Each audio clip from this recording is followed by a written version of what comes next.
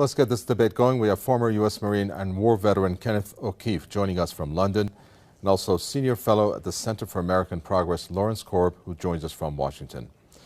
Gentlemen, welcome. Lawrence Korb, first to you. Are we to conclude right now that it's not a question of if, but rather when? Well, I think so. I think we're talking about very limited strikes that will not attempt to tip the balance of the war, but simply to send a message to Assad and the world that given the Rome Statute, the Geneva Accords, and the international ban on chemical weapons, that they're simply not acceptable to be used. Ken O'Keefe, do you agree with that? I mean, some are saying, even U.S. lawmakers, that what Lawrence Korb there said then amounts to somewhat of a symbolic type strike, if anything. Well, I don't agree at all. First off, how is it possible that anybody with any kind of sanity would consider the United States or Britain or the West in general to be in any kind of position to be punishing anyone for any illegalities? If we want to take a look at Iraq, there is at least 1 million, probably even close to 2 million dead. We invaded that country, destroyed it, created millions of orphans, millions of refugees, and never even so much as apologized for that. Let's go back to Vietnam, where we dropped 20 million bombs, more than all of World War II combined. We have destroyed so many countries. We have tortured and killed and maimed and raped around this planet. Who in the hell in their right mind would consider the United States or the West in general to be in any position to punish anybody? Never mind the obvious facts that this is a false flag attack and a long list of false flag attacks, which let's get into that, please. Yes, we will. And we'd like to get into the issue of morality here, Lawrence Korb, if we can. The U.S. Secretary of State John Kerry described the use of chemical weapons in Syria, and I'm sure you're familiar now with this adjective, moral obscenity, as he said. And I'm sure you've heard about foreign policy, how they revealed one day before that speech the declassified CIA files showing that back in the 80s Saddam Hussein was actually aided by the U.S. in terms of the chemical attacks that it exercised on Iran. Can you speak a little louder? You're fading in and out here. Okay. I'm talking about the moral obscenity adjective that U.S. Secretary of State John Kerry described. I'm looking at that and how that just a day before that speech, foreign policy came out and showed proof that the CIA was involved in the chemical attack that Saddam Hussein exercised against Iran. Doesn't that, in a sense, show the hypocrisy that's involved when we're talking about the morality of the use of chemical weapons, when the CIA itself was involved with the chemical attacks that Saddam Hussein used against Iran?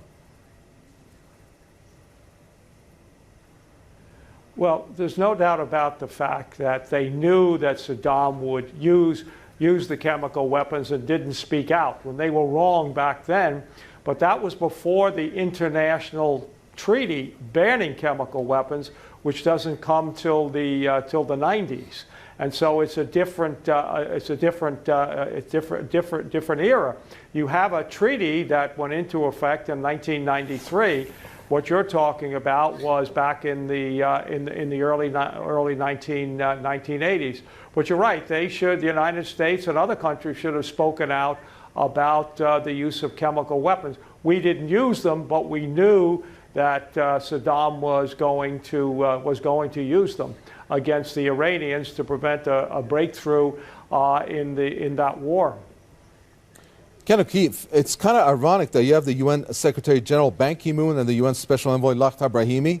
Practically, if you really look at it, they're almost begging for the U.S. and its allies, including France and the U.K., to go through the Security Council in order to get backing for this. But of course, they're saying let the chemical investigation by the UN inspectors take place and for results to come out.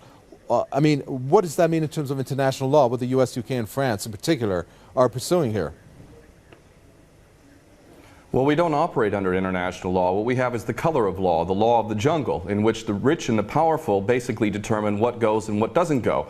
Iraq is a perfect example of that. Why isn't Tony Blair and George Bush rotting away in a prison cell for the rest of their lives? Because the law is not being applied. These are war criminals and they should be in prison for the rest of their lives, if not executed, if their own rules were adhered to for their own crimes. Not only that, but we need to really understand the truth here. First off, all of these players, these politicians, are nothing more than puppets. They don't serve the people. There is no real democracy. They really serve the rich and powerful who run the world, and that would be the bankers who control the money supply. The bankers, of course, make huge amounts of money. Whether they make bad investments or not, wars are great for them, and ultimately they control the politicians, and that is why we see these policies. Obama and Cameron are nothing more than puppets who read the script, and the script is we need another war. And the reason why we need another war, according to these psychopaths who are running the world, is because more and more people, despite the clueless masses who continue to be entranced by things so ridiculous as X Factor and American Idol, there is larger numbers of people around the world who are realizing the truth and beginning to recapture the capacity to think for themselves. And they can see that these people who are being put in positions of public trust are defying that trust and representing an agenda which they could never speak about openly, because they're nothing more than prostitutes and nothing more than minions for the powers that be.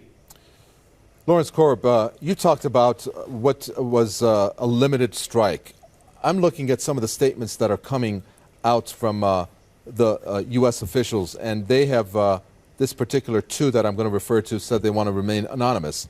But AFP reported, if there is action taken, and I'm quoting, it must be clearly defined what the objective is and why, and based on clear facts. Does the U.S. have that right now? Well, again, that's what the president has made it very clear, and the people around him, they don't want to get involved in this war and pick one side over the other. In fact, President Obama has been criticized for not getting involved in this war at all. And what they're talking about are limited strikes that would deal with the headquarters of the people who ordered these chemical strikes, deal with the communications nodes of the people, not the chemical weapons themselves, because that would create all kinds of problems.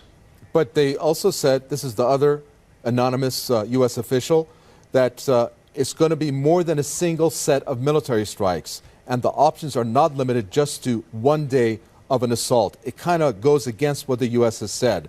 What are we looking at here? There's got to be some kind of clarity coming from perhaps somebody like you from the Center for American Progress that has an idea about what the intentions are behind the strike. It can't be just they're going to go in limited basis, then sit back and have the status quo continue. I mean, is that really, does that sound feasible or logical even?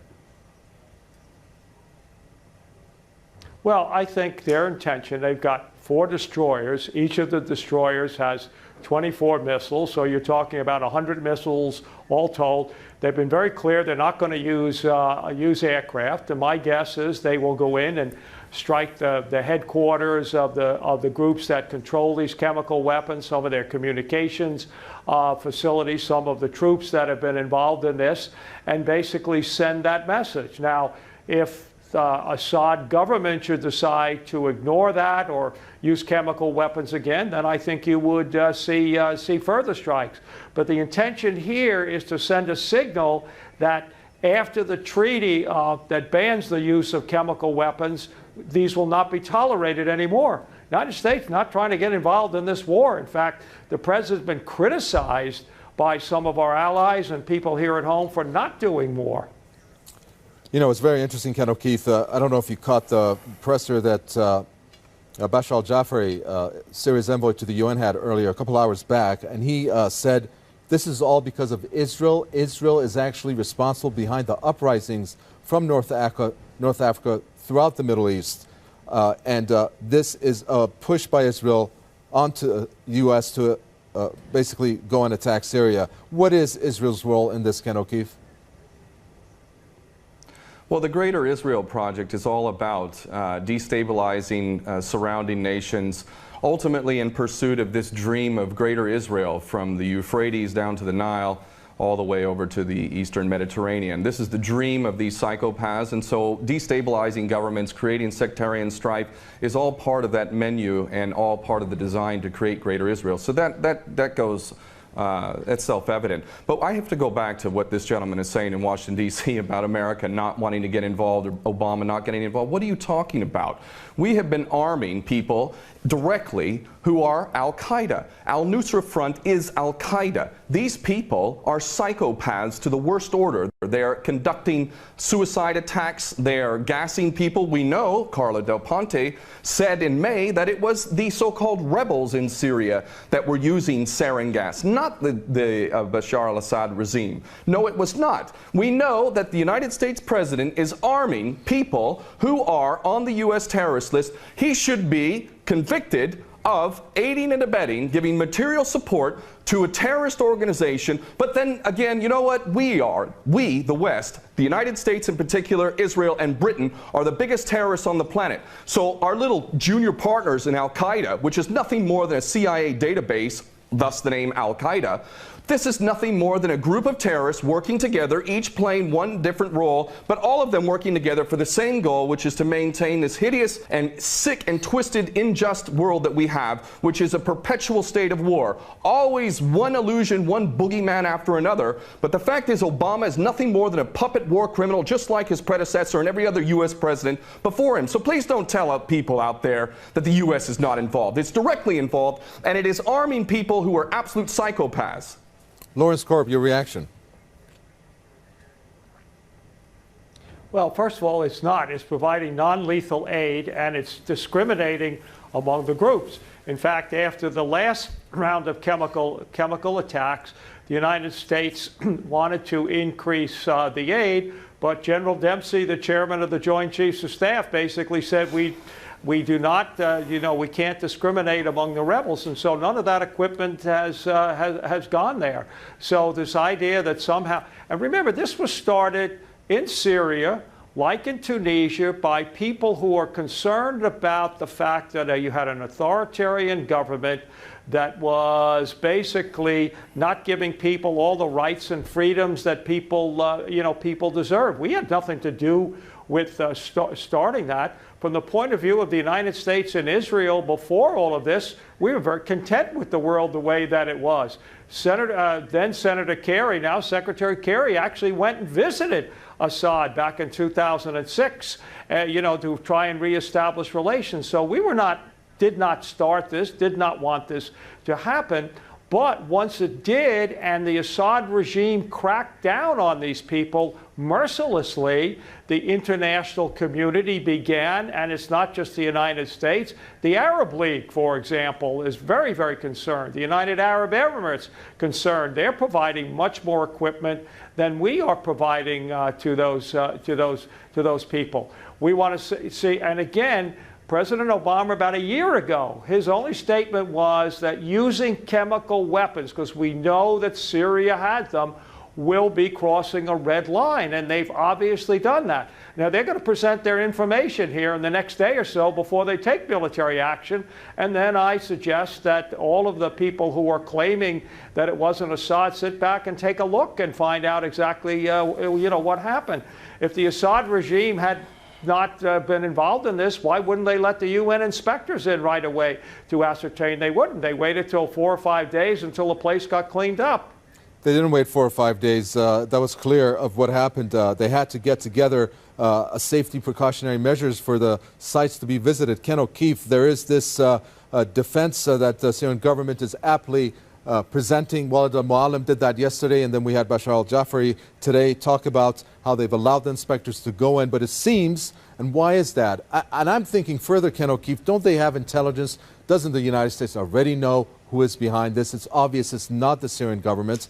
Analysts have said two possibilities. One, obviously, being the insurgents who have done this, and at a very low scale, perhaps, maybe some low-ranking soldiers of the Syrian army not carrying through orders of not using chemical weapons, but going out on their own, which they've said is a very small possibility of that. Why doesn't the U.S. want to wait, along with its allies, for the inspectors to analyze what has come out and then make an announcement based on that before they move in or attack? Because the United States has never been interested in anything. Ken O'Keefe, go ahead. Has never been interested in anything other than war.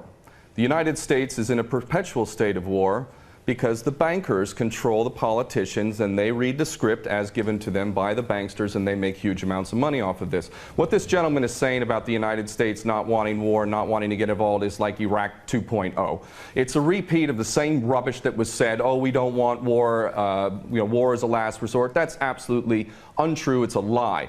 Those that are in government are nothing more than prostitutes who are carrying out the orders of those who are in charge of them, and those that are in charge want another war. And part of that is what we discussed earlier, the Greater Israel Project, to destabilize any Arab regime which might have any kind of autonomy and self-determination. Any regime in the Arab world that is not an absolute puppet cannot be tolerated. And who are the nations that we target?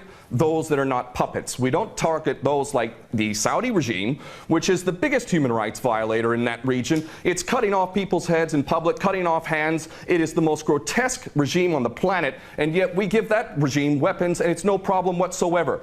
The duplicity and hypocrisy of the United States and the West can't even be measured. It is so enormous. And these mouthpieces, such as this gentleman in Washington, is only doing a disservice to himself and his country. And the fact is that American sons and daughters will get involved in this yet again, and these chicken hawks who are pretending to care about the Syrian people are going to be sacrificing not their own sons and daughters. I would like this man to send his sons and daughters and his grandchildren off to Syria when this turns into a greater conflict, because this is what we're flirting with, is a world war, a third world war. This is not a joke. We are flirting with a third world war on the basis that apparently we care so much about the Syrian people, just like we care so much about the Iraqi people and the Afghani people. The only people that buy this sort of stuff are either bought-off prostitutes or the dumbest of the dumb. And we're also led to believe that Assad is the dumbest idiot dictator on the planet now, isn't he? Because he invited UN inspectors to come in, and he brought them in. On the very day that they come in, he decides to attack his own people 10 miles away from where the inspectors arrive. This is beyond ridiculous, and the only people that buy this, again, are bought-off prostitutes or the dumbest of the dumb. Moving on to another statement, since we're running out of time quickly. Lawrence Korb, it was interesting when Jane Carney said that this operation is not going to be about regime change in Syria. Don't you find that to be a bit odd? I mean, talk about regime change all along, and then him saying that. That has a lot of weight to it. Tell us your reaction when you heard that. Well, that's the policy. Our policy is not regime change. We were supposed to have a conference this month with the Russians to talk about, coming to some sort of accommodation with the Assad regime and the rebels. No, I mean, the United States basically does not want to get involved militarily. As I said, the president has been under tremendous pressure, both from our allies and from certain segments of the American population, like John McCain, to do more. And he hasn't. In another country, the Turks are very concerned about what happened, and the Turks are not, American puppets or anything like that. In fact, if something happens there, if the strikes take place, the Turks will be very, very supportive of it. Ken O'Keefe, we've alluded to this throughout this conversation and debate, but there are many who are not buying the U.S. Viewpoints. They're not buying what the U.K. and France are doing along with the U.S. because they're saying that what the U.S. is saying, limited in scope, is not going to hardly cripple Assad's sizable military infrastructure and forces unless this is a wider scale war. Do you think that's what we're looking at? Well, there's no question that they don't intend for limited strikes, and that's not going to do anything. They want to go in full scale. That's the plan. Of course, they'll use pretext to be able to justify the initial attack, and then they'll concoct more things to justify a greater involvement. The Daily Mail reported here in the UK, and it's commonly understood to those who are paying attention, that defense contractors, leaked emails from defense contractors proved that there was already an approved plan from Obama down to give these psychopath terrorists, al-Nusra Front, chemical weapons. We know that al-Nusra Front, 12 individuals in Turkey were caught with 2 kilos of sarin gas. Where did they get that from?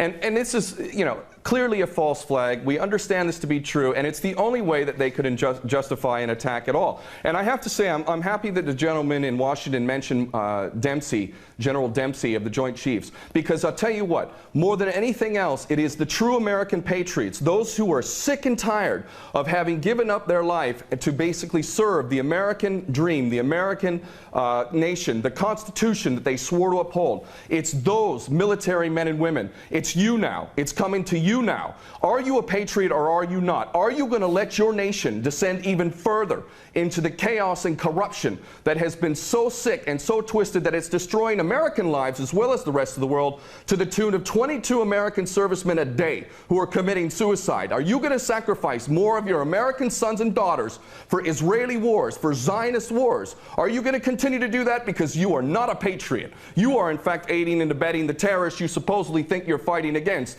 And those Americans who are waking up to this, I hope to God, in the military in particular, that you refuse your orders.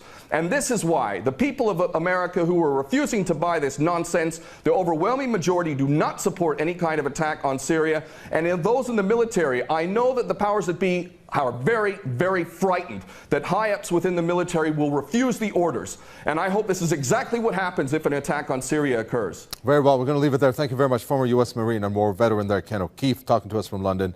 And thank you very much from the Senior Fellow at Center for American Progress, Lauren Korb, who spoke to us from Washington. Any questions, comments, do send it to us. Newsroom@presstv.r is our email address. From Mika and the team here in the capital, Tehran, it's goodbye.